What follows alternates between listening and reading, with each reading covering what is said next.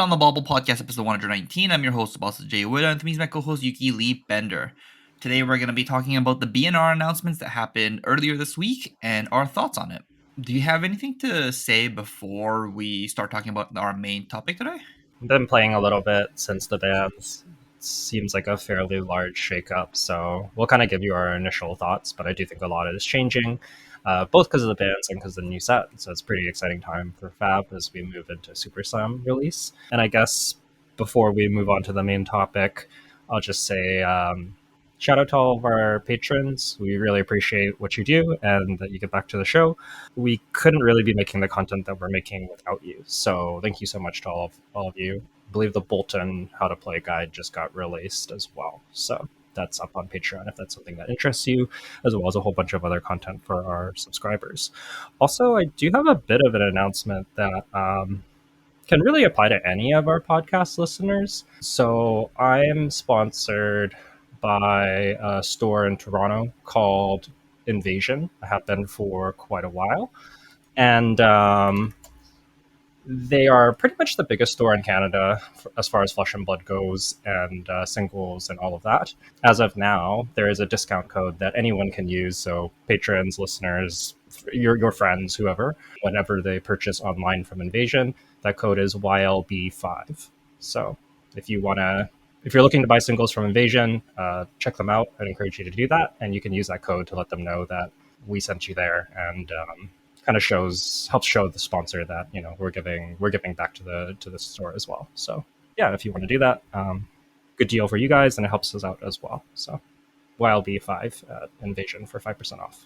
Then let's move into our main topic then. Huge shakeup. Where do you want to start with from this BnR announcement? Yeah, let's just start with reading the changes as well as the statement that they put out, because it seems like they've kind of changed a little bit of their philosophy around bans, and they're communicating that in this statement. So I think it's important to view these bans through that new lens. I'm sure some of you have already read through this statement, but we'll go through it quickly. So for Classic Constructed, Bonds of Agony, Golden Tipple Red, Golden Tipple Yellow, Plume of Evergrowth, Talk a Big Game, and Talk a Big Game are banned, and then Germinate is unbanned. We'll go into each of these in more detail, but they also give a little bit of a description in each of the cards that we're not going to go into, and I'd encourage you to check out, but they also kind of give a big picture thing, which we will read. So it says, given the high quality of games and statistically strong balance of the current CC format, this significant change to the banned and restricted list may come as a shock. It's worth talking again about some of the reasons we may choose to modify the banned and restricted list and our current philosophy regarding adjustments. We may employ bans for a multitude of reasons, including but not limited to a deck running afoul of design principles, a deck performing in a statistically anomalous fashion, a deck providing an unfun or difficult to engage with play experience, a card restricting current and future design space, to freshen up a metagame, and an attempt to slightly modify balance, adding space for more heroes and classes to succeed. Today's BnR announcement, in small part, attempts to do all of these things. When we last adjusted the Living Legend point system, we declared a desire to be more active in the management of our formats, especially when it comes to CC. This was kind of just off the Aurora hitting LL super fast event that had happened. It says, in the early days of TCGs, and indeed persisting to the present in the minds of some publishers, bans were often treated as a scarlet letter that designers and developers were forced to wear, signaling that they had failed at their jobs. While Flesh and Blood may be inspired by classic TCGs, it also endeavors to be the future of the medium and does not feel beholden to the past. We believe that the advent of live service gaming, the modern gamer's appetite for format adjustments has been changed with the times. Bans are a tool that we believe our player base appreciates the liberal usage of. This is not declaring there will always be macro and micro adjustments in each ban period. We're just making clear that even when a format is solid, as Classic Constructed currently is, it will not stop us from striving for an even better metagame if we think it's possible. We'll continue to use bans and unbans as a valuable part of Flesh and Blood's development, striving to do so in a way that respects our players' time and investments. Yeah, basically more liberal use of banning, and they're willing to ban for a wider variety of reasons than they say in past TCGs, but I honestly think even then in Flesh and Blood's pass, because I think before bans were fairly conservative. Like I think back to like the Starvo era where they only wanted to knock Starvo down like very slightly with Autumn's Touch and Awakening. Well, Awakening definitely had to get banned. Yeah. Awakening was like broken. Yeah, but Autumn's Touch was a very, very mild ban that did power it down, but not enough. Yeah, yeah, and Flesh and Blood often had this kind of idea of like banning decks like just a little bit, but leaving them mostly intact. And yeah, so it's interesting to see the shift a little bit in philosophy. Do you want to talk about the top card of the list then? Sure. We're going to first talk about Bonds of Agony being banned. This card is huge for all the assassins because every single assassin is going to be playing this card. And this card was like game warping, right? When this card hit. Yeah, it was to the point that in our Pro Tour testing, a lot of discussion of certain matchups was that there not every matchup was this way, but there was a number of matchups where it was like you kind of need to hit a big bonds, and like finding a spot in the game to hit a big bonds is like kind of how you won. And sometimes we would quantify the games by like 0 bonds, 1 bonds, 2 bonds in terms of the outcome. Where like 2 bonds, you're like definitely winning. 0 bonds is tough, and then like 1 bonds is close. It was like it depends on the matchup, obviously, but like that kind of lens. So I do think that bonds was super central to Slippy, and as you said, pretty much every assassin. I think it was just probably the best blue in the deck. Maybe Prognosis. Prognosis is also very, very good, but I think Bonds was probably the best blue in the deck. I feel like even if Bonds wasn't the best blue in the deck, it was definitely the most feels bad blue when your opponent played it. Yes, that is definitely true. Staring down a Bonds of Agony on the other side of the board can feel really awful to play against, especially when the hero playing it is Slippy, who gives it go again for free, assuming it's his first stealth attack. Yeah, like the moment Slippy plays a Bonds, they have 2 cards in hand or an arsenal. You're just like, man, there's like 2 equipment that has their attack reactions. This card has go again, so if I like block it, overblock it, I lose. If I don't overblock it, they just like use 3 reactions and I lose my hand. Like there's no good scenarios with Bonds of Agony when you get attacked with it. But like as a player playing with it, sometimes you look at your hand and you're just like, this Bonds is so bad. I'm gonna hope my opponent misplays into this Bonds. Yeah, like sometimes you're just relying on like a Tarantula Toxin, and you're just like block, and then they block, and you're like, yes. But if they don't block, it's like, it's not good for me. Yeah, it's like I can't even like do anything to this card. And I guess one thing I'll say is that I get this card feeling bad. I think that Slippy was probably too strong, and I think that Bonds is a pretty reasonable ban. I can see it being like good for the long term health of the game. But I do think that the counterplay to this card is like a little bit more real than people say. Like I remember I posted recently on Twitter about this ban and saying I mostly liked it. I think Bonds is like a bit of a harsh ban for Assassin, but I can understand where it's coming from. And yeah, I think there's just like a little more counterplay to this than people really give credit for. Even against Slippy, obviously, like other heroes, like in Marionette or other heroes where it doesn't have go again, there's quite a bit more counterplay. But even against Slippy, like the no blocks angle is like super, super real. And honestly, there's like spots where if they put like 1 block of armor in front of your bonds, you just kind of look and you're like, I have to use like 2 equipment and a reaction. And I probably just have the snag, and you have to sit there and be like, do I just run into the snag? And like, these are plays you can make even if you don't have the snag. Or if it's like a bonds on a small hand and you don't think it's just a nick, you can potentially put a 3 block and represent a D react, which goes up to 7. And it doesn't cover just a nick, but it does cover the D react for 7. And you do put the Slippy player in like a very tough spot of like having to decide. So I think that the card is very hard to play against, very powerful, but I do think that there was a little bit of counterplay that was available. But I think that is also things that work. It might work better at a high level of play. Like I think if you're playing Armory, people are pretty likely to just Lose to it. not be thinking about like the things that you can bluff, and the Slippy being like, what if they don't block, or like what are they representing? Like there's a lot of nuance there that I think exists at like top levels of play, but I don't know if it translates down. So yeah, I think overall I'm okay with the ban. I think it was basically either Bonds or Mantle that had to go.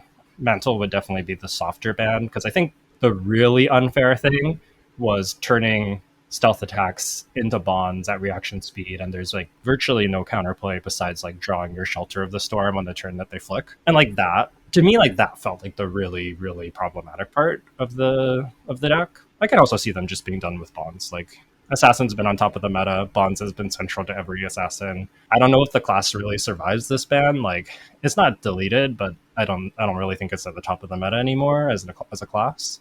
You know, they can always print more assassin cards, so Like, we talked about the BnR philosophy, and I feel like the main section here that this card actually hits is the card restricting current and future design space. And this card is definitely going to be one of those cards that does restrict the future design space of cards because it just can't print reactions in assassins that are too powerful with bonds being in circulation, right? If they ever print a card that's like a double reaction again, the card has to be worse than Hiss or it'll be too good. Like, and that's just not a design space that's kind of a restricting design space, at least in my opinion. yeah, I think I agree with you. I also think it also hits on the unfun or difficult to engage with play experience. They mention even in the article that it simply like feels unfair to play against, which kind of like reminds me of this clause in here or this line in here. And I think that's like definitely the case of bonds. I think to some extent bonds feels there's spots where it's really awful to play against, but I think most of the time it feels worse than it is. I played this card a lot, and man, when people start complaining of bonds, all I say is, "Have you tried not blocking it?" And then they just go, "No." Then I lose, and I go, "No." They just sometimes don't have it. And even outside of them not having it, it's like it depends on your hand. If taking a card out of your hand makes your hand crumble, then like yeah, it's tough. But if you have a pretty resilient hand, a lot of times it's like okay, they get their essentially like 0 for 4 that takes a card from my hand, and like that's a really good card, but it's like comparable to I don't know like a felling in terms of rate. Felling, you need a pitcher card, but you get 4 more damage. Obviously, you getting to choose the card you put to the bottom is better than like them ripping that card out of your hand in your deck. But I do think that the no block angle was often underrated, and there was a lot of times where you can just like play through it. And I think blocking against this card was often a trap where you commit 2 cards in equipment to cover 7. They have a just a nick or they have double react and they go up to 9 or 10. Then you've already lost 2 cards that you block with, plus you lose another card, and then like maybe there's a follow up, so you actually just lose your entire turn to it. Whereas many hands, if you just lose 1 card, even if they choose, you can actually still do something functional, especially in the really redundant decks like I think like Gravy, Slippy, Syndra were all decks that could like play through this. Fang, there's quite a few decks that could play through this effect pretty reasonably if you decide not to block. So yeah, but you know, I also think at the armory level, I see new players showing up, and or they've been playing for like a month or two, and you put a bonds on the table against them and they have no idea what to do, and I don't think they have a very good time playing against it, and I think that experience matters too. So overall I'm fine with them banning bonds. I can see the reasoning for it, but yeah, I do think that this is Yeah, goodbye, Slippy. yeah, this is a pretty major blow to Slippy. And I think if I view it through like the old lens of like we want to make sure bans are really soft, I'm sort of like Slippy was a good deck. He probably deserved to get brought down a little bit. This is a pretty harsh ban as far as like Fab goes. Like I think this is on the like high octane level ban when they took high octane from Dio because Cerebellum high octane was too much. And I don't think Slippy is or was as busted as Dio is, but again, I think there's lots of reasons that you could say justify this ban, and they have time to print more assassin cards. So Slippy, it's possible I'm wrong too. Like maybe Slippy's can adapt, but yeah, there's lots of time to print more assassin cards in the future if this ban does end up being too harsh. So let's move on and talk about the Gravy Bones bans. So this is going to be red tipple, yellow tipple. It's a pretty big card, I think, that they banned. Gravy Bones just had too much aggressive power, and like even at the last PT, we saw that like Gravy just like has a 4 card hand to start, plays like 6 cards and has an arsenal still, and it's just like what happened? It's like, oh, it was like multiple golden tipple turns.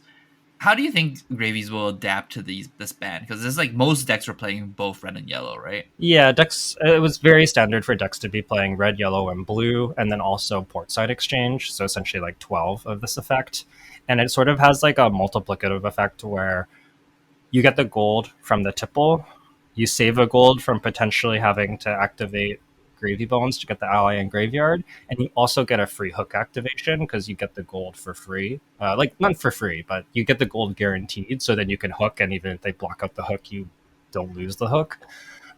So I think the swing on casting golden tipple is often quite like not just one gold, but maybe like two or even three gold if it saves you the gravy activation. So it's pretty big.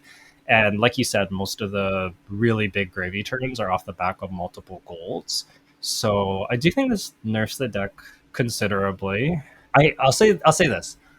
I know that gravy isn't dead, which maybe sounds like a strong statement or an overly confident statement for how recent this change is. But if you go back and look at the 0 to 80 article that I posted for Gravy Bones at set release, at that time, granted, like this was an error in my deck building because it was, when the set first came out, but that deck had six golden tipples, red and blue, and it had no port side exchanges. So that is like basically from a gold economy standpoint, that's the same as three golden tipple, three port side exchanges. Yes, you get like the red go again attack, so it's not exactly like 1 to 1. But I think in terms of like, I've heard people be like, oh, well, you took the gold engine and the discard engine from the deck, like it's not going to function anymore. And that's just simply not true. Because even that 0 to 80 deck, we like internally when I was testing it with the team, we're all like, this deck is broken. Like this is probably not the perfect version of the deck, but this deck is broken. Yeah, Gravy is going to be just fine. I don't know how much adaptation you need. I think like some people are looking at Loan Shark as extra gold generation. I think that's a real option. Decks might need to play Crown of Dominion again to start with the first gold, since you can't rely on drawing your first port side or tipple as reliably, and that is like a meaningful downside. But man, so many of the broken things this hero does are still possible. I was playing the deck just yesterday, and there was definitely games where I'm just like, this is the exact same deck still. Like, um, there's so many powerful things in that deck. You still have Swell, you still have Conquer, you still get to play allies from graveyard. I think Gravy's just fine. I feel like the games where the game is over on the first three turns of the game is gonna be not there anymore. Where it's like you don't have those like super doomed games of like, man, Gravy attacked me for like 24 on turn two of the game, then 24 on the next turn. I'm like, I'm just like just stone cold dead to this.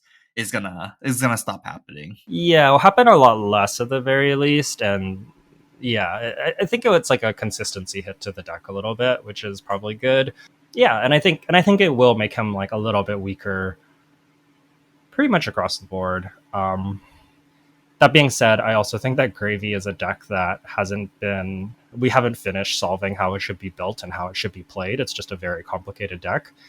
So I think we have this effect where like Gravy will get a bit weaker and then decks will start getting better again. And it wouldn't surprise me if Gravy's overall power level winds up being in at least a similar place in the future to where it was. I feel like the reason they banned both red and yellow of the golden tipple is like they're probably thinking like, oh, they can just ban red tipple, but just in case that like they're just like okay with just playing yellow tipples instead of red tipples, they're just gonna ban both of them. Get rid of this like affecting card and like the power level of just attacking for 3 go again, draw a card. Not fair.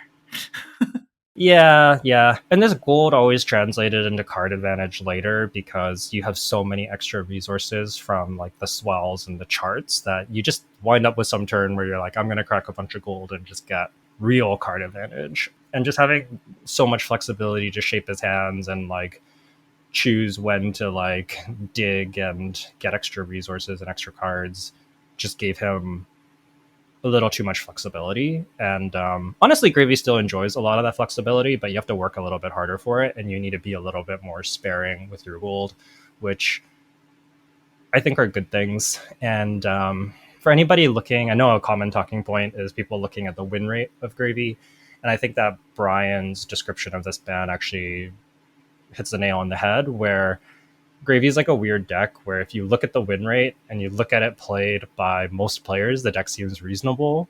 But then you watch watch the Pro Tour top 8 games of the Gravy players. Any of them, honestly, they're all fantastic pilots. Um, or even like the recent like calling top eights. That deck is not doing fair things. Like when you get a true master on the deck, it is broken. And I think that's sort of like non-negotiable. And some of this bears out in the data. Like if you look at day one Pro Tour Gravy, you're like, oh, it's 50%. And then you look at like day two Pro Tour Gravy, and it's like, I forget, like 57% or something. It's just like notably much higher. And I think that's just like a direct manifestation of like the really good Gravy players were doing unfair things and other people were kind of not on their level. Yeah, this is a very skill intensive deck to play. It's like a tricky ban where like you do need to balance for, I think all levels of play are important, and just as with bonds, like I think the armory experience is really important, and all of that is really important. I think in the same way, or I guess in like the other end of the spectrum, the top level of play for Gravy Bones I think is important too. I agree with you on that. You want to move on to the next card? Yeah, let's talk about Plume of Evergrowth is banned. So some people might be looking at this go, why Verdance? I actually think I'm a pretty big fan of this. I think Verdance needed a little bit of a hit. Verdance is a deck that has been performing quite well in a metagame where the best deck, Gravy Bones, is almost unwinnable for her. I know a lot of Verdance players like to say they have a winning game plan, but I think, if you look at results, Verdances are not winning that matchup very much. And at the top levels against really good Gravies, you're basically never winning that matchup. So because of that, like I think the fact that Verdance is doing well in spite of having a terrible Gravy matchup sort of indicates a problem. And I think that toning the deck down and bringing down the kind of combo aspect, which really locked out a lot of other like slower decks from the format, is just a good thing. It just gives a little more room for counterplay. She still has the combo, so she still has a way to go over the top. But yeah, her combo's not as powerful, not as consistent, and a little bit slower, which I think just gives a little more room to other decks, and that's just a really nice thing to have in the game. As a Guardian player, Plume of Evergrowth was definitely a card where you kind of just, the moment they set up like 3 potions and then they reach their pitch deck, you're kind of dead because 2 Rampant Growth plus like 4 potions is like unwinnable for you. But now that the Plume is gone, I think it's like significantly harder for your opponent to like pitch deck this because they need to have 2 Rampant Growth lives. One is just not good enough. I don't think it's 8, 9. Yeah, that's just not. It's just not enough damage for 1 Rampant Growth life to kill you. But double Rampant Growth life does kill you. I feel like Plume getting banned means that we just have more different ways to attack Verdants now, other than having to kill the Verdants before they get to their pitch deck, which was a tough ask for a lot of slow decks like Guardians, just like fatigue style decks in general. Had a really tough time beating this card, so I think it's a good ban. Yeah, I completely agree. And I think one of the other like grosser things that sometimes happened with Plume in these matchups was I was actually going over this in a coaching session with a student a few weeks ago. But if you play out all your potions early, you can just wind up in these spots where it's like you got a Plume into your graveyard, you draw a Plume, you stick it in Arsenal. Then when you draw your third Plume, you just have double Plume plus. Sorry, you have double. Sorry, I'm saying Plume. I mean Rampant. So you get your first Rampant in the graveyard, you draw your second Rampant in Arsenal, then you get your third Rampant, and you're just like, I have triple Rampant plus all my potions. You die. And it's still first cycle. Like you're not even at second cycle because you can just it's like not that hard to set up 3 Rampant growths if you see your potions early enough. There's just like no real, for many decks, there's no real counterplay to this. So I think forcing them to put it into the pitch stack so that you see them pitch their Rampant growths, they have to get them in the same hand, which is like not always possible. But even if they do that, you can potentially be like, well, I'll pitch stack Channel like Frigid or Terra Asunder or Command and Oakenol, Conquer. CNC, like, and any disruption, honestly, you can just pitch stack, then interact with their combo and make it much harder for them. Whereas when they just have this option to like first cycle combo you, you don't really have that. So this won't save every deck from Verdance, but it does give it some counterplay, and I think that that's just actively good. Yeah, I think it's like I don't think the combo is dead, but I think it's significantly weaker. So then there's like a lot of games where I'm playing like Victor into Verdance, and the game will be like, if I had one more turn, I think I can put enough pressure to force the potions to pop before the pitch stack comes in. And then they're like, nope, I drew the last, like, it's I'm not in the pitch stack, but last like 8 cards left, I drew my rampant growth life. You're dead. And I'm like, okay, that's, I don't know if it's fair, but it's fair, I guess. Yeah, you at the very least you got it. So yeah, to me that's the biggest thing that this plume ban indicates. I know that there's also kind of talk about with the new card, Light Up the Leaves, Verdance could get back this card and then Striders for essentially 9 damage with Waning Moon reliably. And yeah, that's like one of the things that Plume can do. I don't think that's like one of the most powerful things that Plume can do. And they could already get Pulsing Aether Life for 7 damage, and nine is definitely better than 7. But I think like in the scheme of things, that's yes, they do lose access to that, but in the scheme of things, that's like relatively small compared to their combo changes, at least in my view. I think I agree with you. Light Up the Leaves is a crazy printing for this deck, by the way. Like, when they printed Burn Bear, I'm just like, wow, how's this card fair? And they just print Light Up the Leaves, and they're like, wait, they added a pitch value to Burn Bear, and it's an Earth card? Who thought about this? Yeah, and I think that's another thing worth considering when you look at this is just like even if decks want to play defensive and they want to play AB3 into you, which might be more common with a more heavy arcane slant. If you're playing AB3 into this and they resolve all their burn bears, all their light up the leaves over the course of the game, which is I think a pretty reasonable ask. If you AB3 all of them, you leak 3 times 6, which is 18 damage. So you're at like 22 life already, assuming you don't take damage from like attacks or something else somewhere. There's like the Striders that can like if they can like felling you, take your cards, and then Striders you, let's say with like a pulsing ether life because they played all their other ones, or an emeritus scalding for 7.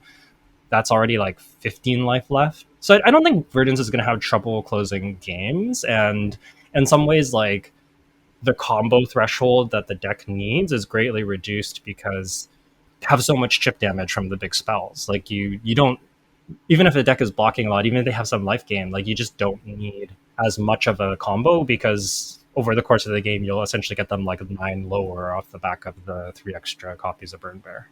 Yeah, it's kind of interesting to see where Verdance lands after this ban.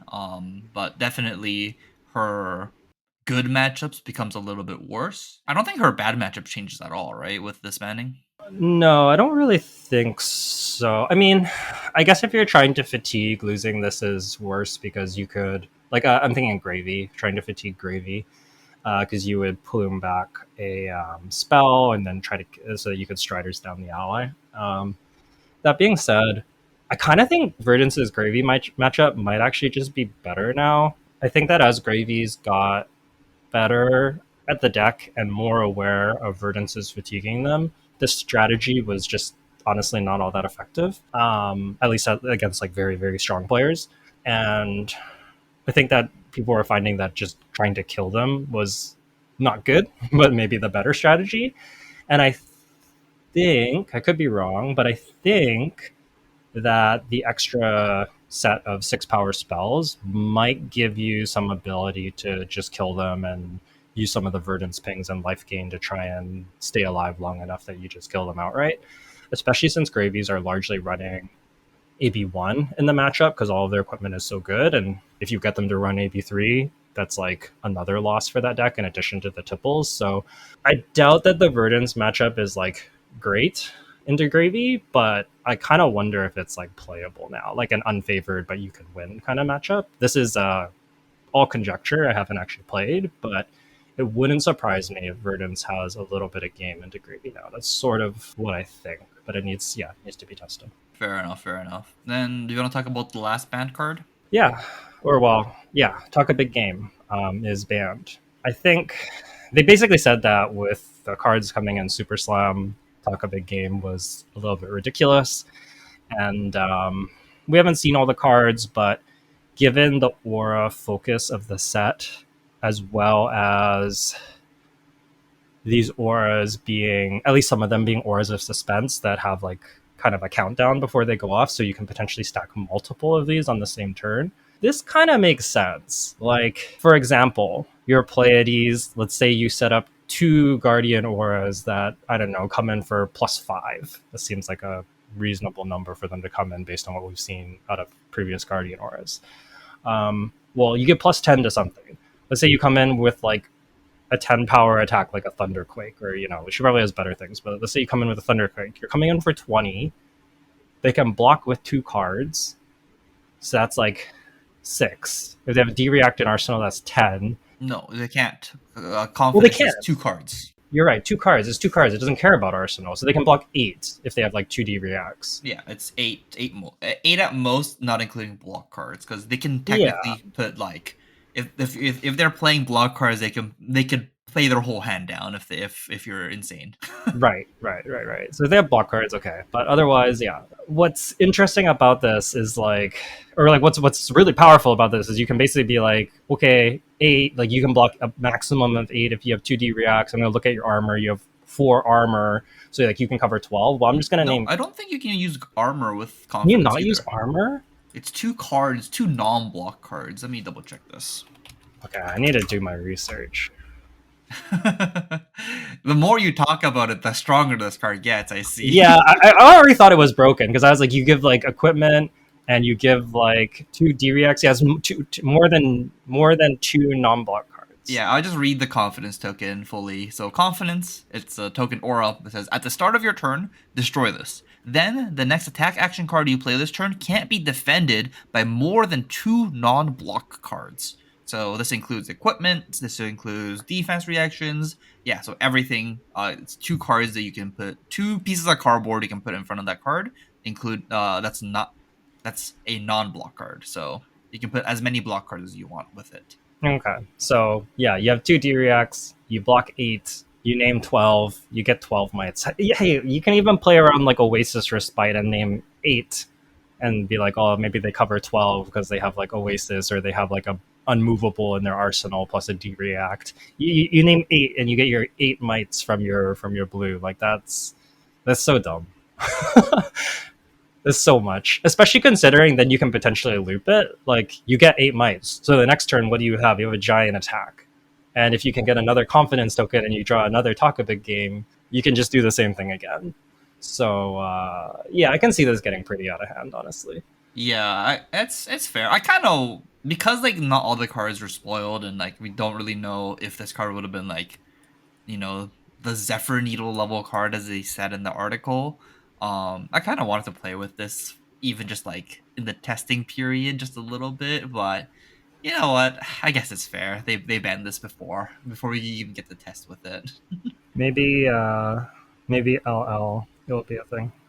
Zephyr Needles is a thing in LL, it seems. So maybe this will be too. Who knows? Yeah, talk a big game, LO Guardian, just aggro Guardian. Let's go. Maybe. So yeah, it's a little hard to say without the cards, but I can see with the aura theme and the giant attacks this potentially getting a little out of control, or like Lyath buffing an attack and then like intimidating his opponent a bunch so they can't really block. You get a bunch of bites. Yeah, it seems I can see how this would be powerful, I guess is what I'll say. Yeah. It was like a reasonable card before, but it just like we'll never see play because like none of the Guardians could abuse this card right now. But yeah, Lyath definitely seems like a hero that could abuse this card, and I was thinking maybe this card would be good in Lyath, and then they banned it, so unlucky. I think like if this is making like 6+ mites on average, it's like pretty ridiculous, right? Like if you have like a blue 0 for 6 that blocks 3. Yeah, look, all I wanted to do with Lyath was make 3 mites with this card. That's all I was looking for, like a 0 for 3 is sweet. Yeah.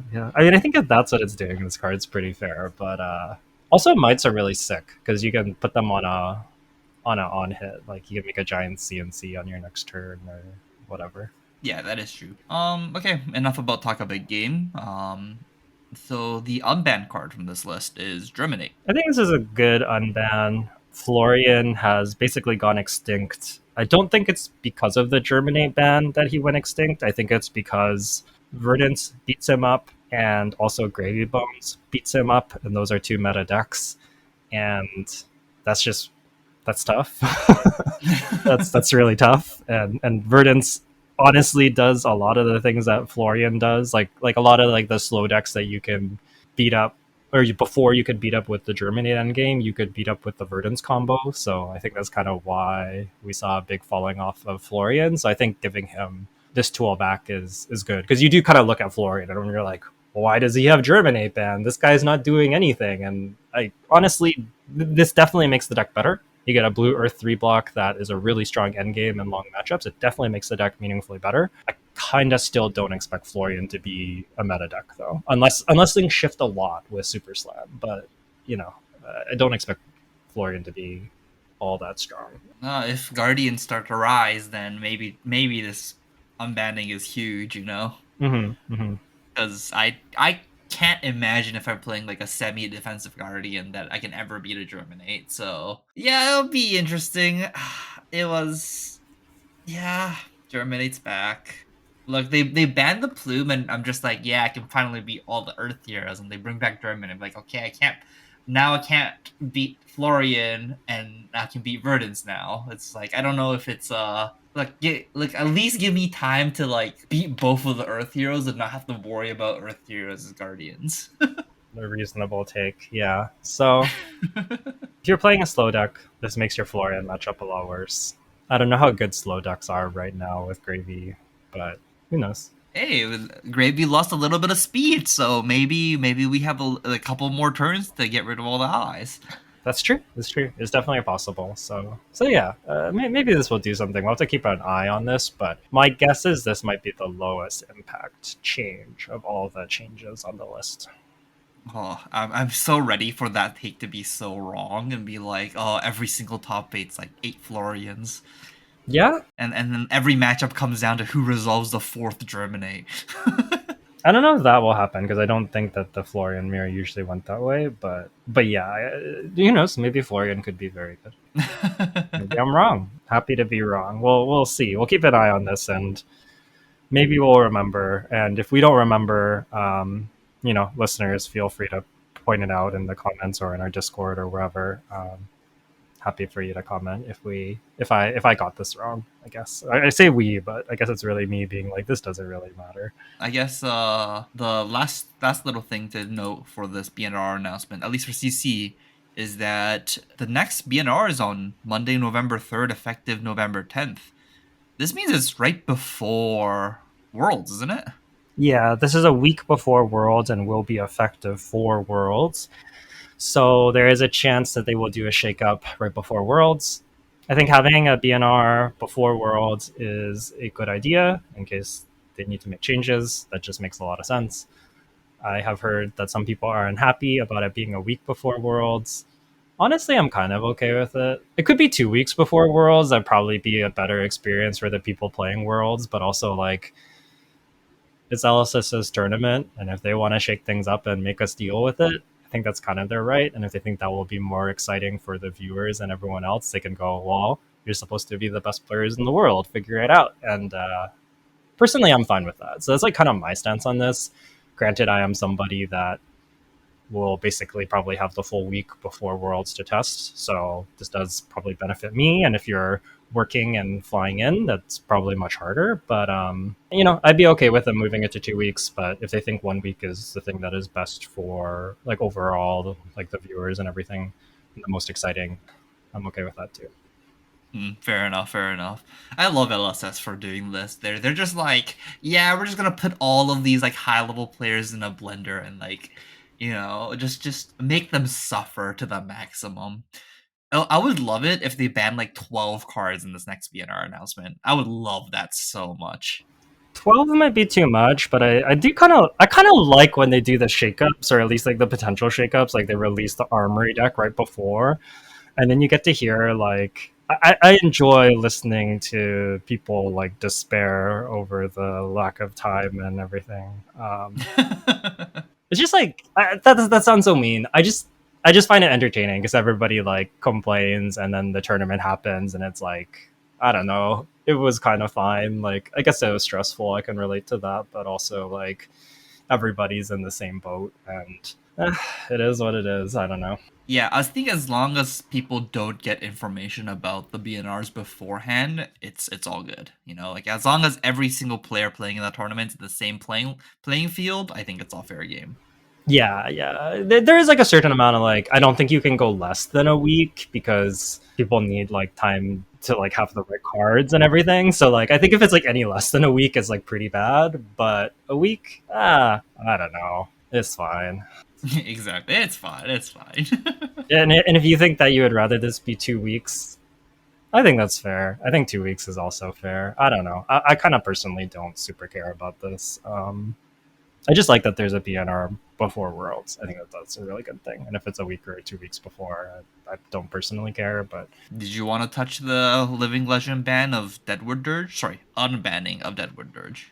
yeah, they kind of came down really hard on Chain. So maybe you can play RuneGate Chain again with Deadwood Dirge. I understand that this was a pretty, from what I understand, this was a pretty powerful card in that deck because you could dirge your shackle to make sure you don't get overrun by your blood debt. And of course, it makes rune chance for RuneGate. I also think that this is probably a pretty big pickup for Viserai, who has seen some play in that format, but hasn't been at the top of the meta. I kind of wonder if there's a good Viserai deck out there that uses Scalita. I think it'll be when I get around to playing that format more.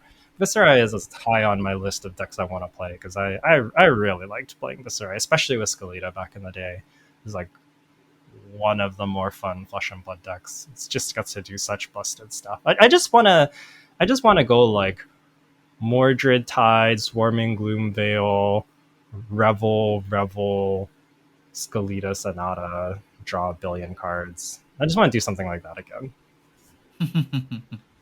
Yeah, that doesn't sound fair. I mean, it's not, but Living Legend is. I think the point of the format is that it's a little bit broken. So Yeah, fair enough. It's also really funny that they printed Deadwood Dirge in the Armory deck, Viserai, like the LL Armory deck, and then they probably just like went and realized that wait, this card is banned, and we just printed it in the Viserai deck. I think we might need to unban this card just because it's in the Armory deck. yeah, yeah. I know there's a lot of people that have the like LSS won't ban cards from Armory decks theory. So maybe that's why they did this ban. The tipple ban also. There's no tipples in the Armory deck, so I guess people running with this theory are gaining points. I don't know if I personally like fully buy that. I believe that LSS would ban an Armory deck card if they really had to, but it's probably not their preference. I can agree that's probably not their preference. Yeah, I think like if they have a choice between like banning a card in Armory deck or not, they'll probably just be like, we'll just move and ban something else. You know, like they don't need to ban like like they didn't like they don't need to ban like a power card from the Armory deck. They can just ban something else, and I feel like that's usually the case in like all of the decks, right? So far, and mostly if the deck just came out like Viserai Living Legend deck, like it came out like 3 months ago. Like don't do that to your new players, you know? Yeah, yeah, no, for sure. So yeah, that's more or less the bans. I think overall, pretty big fan of these changes. I think toning down Gravy makes sense, and I like the tipple ban. This is the ban I was the most in favor of. Bringing down Verdant's a little bit great. Talk a big game, we'll see, but it makes sense that it's probably that it could be busted. And if LSS says it was busted, I'm inclined to believe them. The bonds ban is like the only sticking point for me where it feels a little heavy handed for Assassin, but overall I'm okay with it. And we'll see if Slippy can adapt. I think that you don't necessarily have to play quite as many attack reactions. Maybe you can build into daggers and be like somewhere between Mario and Slippy. I don't know. You have some options for ways the deck could go now. And there's like this question of like, do you play just a Nick now that Bonds is gone? So I think what Slippy decks look like is kind of an open question right now and pretty interesting. I just I'm not sure if any of it is like good enough, but time will tell. So if you are a Slippy fan, I think there is of course the like just replace it with your next best blue approach, but I also think that there's a lot of room to potentially be like, well, I don't need to flick as much, so Savor Bloodshed is a really good card, and I can build more into Savor Bloodshed, or whatever. You get some more options available to you. Whether or not those are good, I don't know. We'll have to see. But yeah, you do get more options. I'm willing to die on the hill that Slippy's bad now. I played a lot of assassins, and man, the bonds is such a powerful card. Yes. And I played a lot of Slippy with like not the aggressive Slippy. I played like at the last PT I played Fatigue Slippy, and still Bonds was one of the best cards. Just being like, I don't play attack reactions, but attacking with this card forces my opponent to block, and it's just like you needed that to happen, or you just lost games. Yeah, no, I kind of agree. It wouldn't surprise me if this is a little too much to overcome. I had like a weird game. I was playing against an Acilio, and I was just like, I'm having trouble killing this Acilio player because I don't have Bonds of Agony in my deck. Like, I almost fatigued him. Like, he was down to like 5 cards left, and I was just like, this game's not even going to come down to like damage. It's going to come down to fatigue. Like, and this is Acilio that we're talking about. Granted, like, he discards cards, he burns through his deck a little bit faster, but I was just like, man, having trouble killing Acilio, that doesn't seem good for the deck. Yeah. It's a deck. I think it'll be a good casual deck now, but definitely not gonna be big competitive contender anymore. Yeah, it might be like a Dory level deck or something. Yeah, it's you're gonna get people if your opponent's not expecting it. And you probably have some good matchups. Like I played into Fi. I played into Fi at Armory, and that matchup's still pretty good for Slippy. So you have games somewhere, but I think there's probably just better decks. Do you want to talk about? Do you want to just wrap up the episode and talk about the winners of this banning and the losers, and then wrap it up there? Yeah, let's do that. So, obviously, we have a whole new set coming out in addition to the ban list changes, so there might be quite a few ripple effects here, and this is sort of just our first impressions on what happens to the format, and we might be right, we might not be right. But I think the most obvious winners to start with are the aggro decks, Acilio, Syndra, and Dio. All three of these decks were kind of popular as gravy counters, and they all, to some degree, struggled with Slippy. The matchup wasn't 0%, but it was probably one of your worst matchups. You don't have that anymore. So, like, I think like the most like basic take that you can have from this is Bonds of Agony gone. The deck preying on these aggro decks got a lot worse and probably isn't super favored into them anymore. So these decks get better. Yeah, reasonable take. Yeah, Slippy but less powerful. These aggro decks become a little bit more powerful. I think a big winner for at least for me that I can say would be Guardians. All the Guardians just is a win for Plume of Evergrowth being banned. And just like the speed of Gravy going down means that Guardian just has a little bit more play into Gravy Bones as well. Like Gravy now can't just run you over for no reason, set up a bunch of allies and set up 3 allies and just run you over. I feel like that's going to happen a little bit less. And Guardians will have a little bit more time to clear the allies. So I don't think I think it turns from like an 80-20 matchup to like a 75-25 matchup, which is a pretty big win. Yeah, for sure. And we also have a new Guardian set coming out. So, I mean, there will be more Guardians that are playable options and more Guardian cards as well. So, Guardian could continue to get some pretty meaningful upgrades here, I think. One thing I do want to say, I don't know if I count Lyath as a Guardian though. That's fair. Yeah, we'll have to see what all the cards are. But yeah, bit of an open question for sure. And this is potentially at odds with the first prediction about aggro decks being better, right? Where if Guardian gets really good, they could potentially occupy that sort of like disruptive anti-aggro deck spot that I think Slippy previously occupied. And I think a big question for the upcoming format is there's sort of like multiple layers here. It's like on one hand, can Gravy deal with the aggro decks now that it lost the tipples? And can Guardians deal with Gravy now that Gravy got a little bit worse? And if Guardians get good, can the aggro decks deal with the Guardians? And I think that this is like a very interesting like potential triangle that we have, but we don't really know exactly how it's all going to shake out. So I think that for anybody like looking into this format, that's sort of like the starting point is like, how good is Gravy into the aggro decks? How good is Gravy into the Guardians? And how does that all kind of work itself out? And that's something I think we'll see um, in PQ season. Very excited for this PQ season. Yeah, yeah, it should be a very cool one. And then let's talk about the losers. I think we talked about the losers quite a bit. I think you already guess who they are. Number 1 and number 2 would be Mario and Slippy. And yeah, losing Bonds of Agony, I don't really know how they recover from this. Yeah, I guess Uzuri could also be on this list, but and Oh no, Uzuri. Arachne Huntsman too. Arachne Huntsman didn't need this card. Those decks already struggled, so they definitely lose. Yeah, if you are an Azuri player, it is a tough place to be right now. I feel bad for you. It's very tough. I'm excited for Arachne Huntsman though. The new card spoiled Hunter or Hunted, I think is a really powerful card. So I think the super defensive assassin decks didn't actually need the bonds, so I feel like maybe the defense reaction heavy assassin decks might be a thing with Hunter or Hunted. We'll see. I'll definitely brewing Arachne Huntsman when this new set comes out.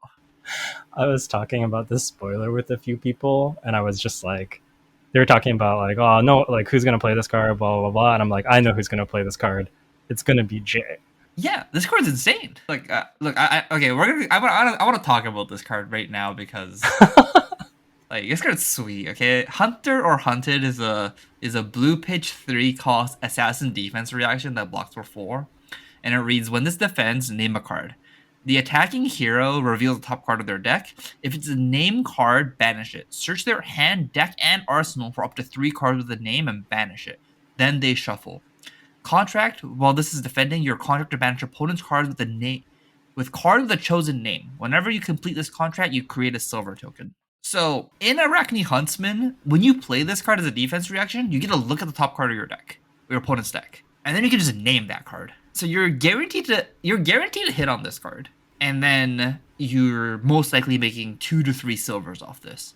So at a baseline, this is a 3 cost 4 block defense reaction that fatigues your opponent by 3 cards and creates 2 to 3 silver. Yeah, which is usually worth like 1 or 1.5 armor because you can rebuy the armor with the silvers. Yeah, so this is like at its base, it's like kind of on rate. Okay, so that's where I want to start this conversation with. This card is kind of on rate. It's like it's close. It's like very close to on rate, if not on rate, right? Like it's in that range, right? Like you're getting a full card's worth of value by playing this card. The biggest thing about this card is that typically fatigue matchups or like games that you are playing a fatigue deck in, there are very specific cards in your opponent's decks that you cannot beat. And typically your opponent's playing those cards because they want to not lose to fatigue. So what you can do with this card actually is to fish for the card that you can't beat. So if you look at your opponent's top card of your deck after playing this card, if it's a card you can beat, you can just bottom it and there's like blind name the card you can't beat, and if you hit it, you win the game. Right? Like imagine like you're playing against an Earth hero, you can't beat Felling. Like Felling is like impossible to beat. So then you just like bottom deck any card that's not a Felling and you name Felling of the Crown. You flip it off the top, if it's a Felling of the Crown, like how is your opponent gonna beat you now? It's true. It's true. Or like you play against Florian, you can't beat Germinate, so you're just gonna be fishing for Germinate until you hit it off this card. Right? So there, like it turns your unwinnable matchup into winnable matchups, and I think that's the biggest reason why I think this is great. Yeah. The other way you just play this card is you just pitch stack it. You memorize your opponent's pitch stack, and then you get Hunter or Hunted on their pitch stack and kill their pitch stack like 20 damage turn. That's all you have to do. I called it. That's the other thing I talked about when discussing this card. I was like, I'm so ready for Jay to put this in a non-Huntsman deck and just be like, I just memorize their pitch deck and play it on their second cycle and blow up their card that's on top of their deck. And then I'm gonna hear I forgot my opponent's pitch deck. I'm so bad. I'm ready to have this experience. I hope that this happens. Oh, I'm excited for this card. This is definitely gonna be a card that I'm I'm gonna be playing at least for a little while, and I'm definitely gonna be trying to make this card work. And it's gonna be in this like Arachne Huntsman deck where I'm just trying to win with one card in my deck, and my opponent's gonna have no cards in their deck, and it's gonna be in that style of deck. I see. I see. Yeah, Yeah, I do think that's a pretty sweet card for Arachne Huntsman. I don't know if it's what he needs to be meta viable, but I think the deck is like not good, but not as bad as some people think it might be. And with the other assassins getting worse, I'm ready to bring this to PT Yokohama if I make it there. okay, okay. We'll have to see if you stick to that. Well, so I don't think I'm gonna play Arachne Huntsman to get the PT Yokohama, but once I get the PT Yokohama, I have nothing to lose. Hmm. Yeah, I'm just gonna. I want to make some. I want to make like four people's day miserable by like bringing Huntsman, and then they're gonna play some like aggro deck, and they're gonna be like, I can never beat this deck, and I go, yeah, I understand. Unlucky for you. Hmm. Okay. Okay. Yeah. We'll have to see. We'll have to. This will be another one to keep tabs on if Jay actually plays Arachne Huntsman. I'm gonna try and remember this one, but again, listeners, try and remember this and give Jay a hard time if he doesn't play Arachne Huntsman at PT Yokohama. Assuming he qualifies. Yeah, assuming I qualify, and the other thing is, the saddest moments are when I play somebody at the PT, and then they recognize my voice, and then they just assume that I was on like some kind of fatigue pile. And I was playing Slippy at the last PT, and like they brought in four extra cards, and I couldn't beat that. So, like, I don't know what to do at that point. That's kind of incredible. Yeah, your reputation. You can't escape your reputation. Yeah, unlucky, unlucky. If they play a clean 60, like Slippy can always fatigue 60 cards. Can't fatigue 64 cards. That's crazy. Have you seen the fatigue Jarl deck? I have seen the fatigue Yarodaka. It seems very fun. I might try it. We'll see. It doesn't seem like a good deck to bring to a PQ because you have to win the whole thing, and it's kind of hard to win the whole event with that kind of deck. Yeah, sometimes your Swiss So rounds you don't get to finish in time. That happened to me. I brought CYB new, and I was like, oh, draws are such a problem. yeah. It's Time like matches are an actual problem with those it's decks. like yeah, it's like a weird thing where like you play the deck at a PT and it's not a problem because people just play fast and understand that's a fatigue matchup and they're like very strong. But at PQs, like many of your opponents will probably play fast enough, but you also probably get a few people who are like a bit newer or whatever, and are just like not as familiar with your cards, and Or their own cards. or their own cards, and you don't get to finish some of those games, and that's tough when you're playing like a 5-6 round event and you maybe only have like a round to give or something. It's true. Let's wrap it up here. I think we talked about this. That's basically a sign off. Yeah, that's basically a sign off. So sign off before the end of the episode, but yeah, this is gonna wrap us up. Thank you all for listening. If you want to get in touch with us, you can find us on social media. Jay is on Twitter at UedaJ. I am also on Twitter at YukiLeeBender. You can also find me on Blue Sky with the same tag at YukiLeeBender. And you can email us at onthebobble@gmail.com. As we're going into Super Slam, there are very few limited events. So we're still kind of curious. Do you want to have our How to Draft series still? Is that something that would benefit you? Are there other things that you'd rather hear about instead? What are those other things? All these types of things we'd love to hear from all of you and could kind of inform what some of the podcast episodes look like. So, yeah, if you want to reach out to us through any of those avenues, we'd love to hear from you. And honestly, anytime you have things that you'd like to hear on the podcast, we're always open to hearing that. So, yeah, thank you all for listening. Hope you're enjoying I hope you enjoy the Super Slam spoiler season, and we will see you all next week.